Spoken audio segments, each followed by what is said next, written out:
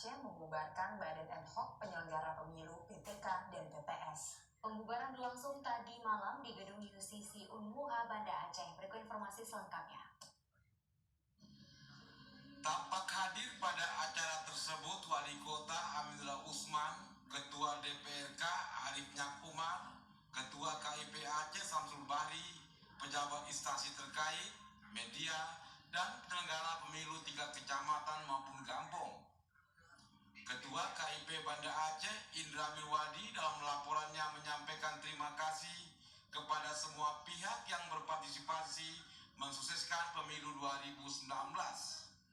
Pemilu juga mendapat apresiasi dari berbagai pihak dan masyarakat karena KIP Banda Aceh mampu melaksanakan tugas dengan baik tanpa ada kendala berarti.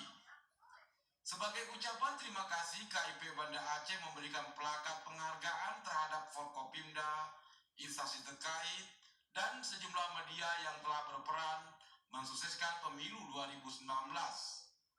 Menurutnya, plakat penghargaan diberikan terkait dengan adanya peningkatan jumlah partisipasi pemilih, anggota Dewan Wanita terpilih, dan tidak ada sengketa di Panwasli maupun di KPP.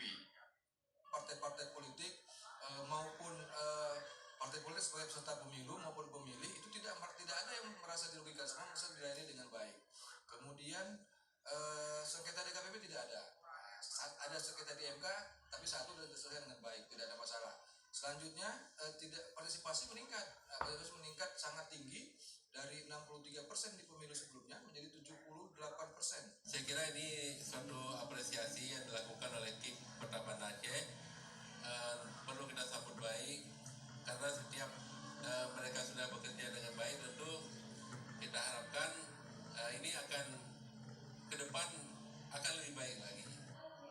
Pembubaran Badan Ad Hoc ini juga disertai dengan pemberian piagam penghargaan sekaligus sertifikat untuk penyelenggara pemilu 2019 seperti LSM, organisasi, PPK, PPS, dan KPPS. Tim Liputan TVRI melaporkan.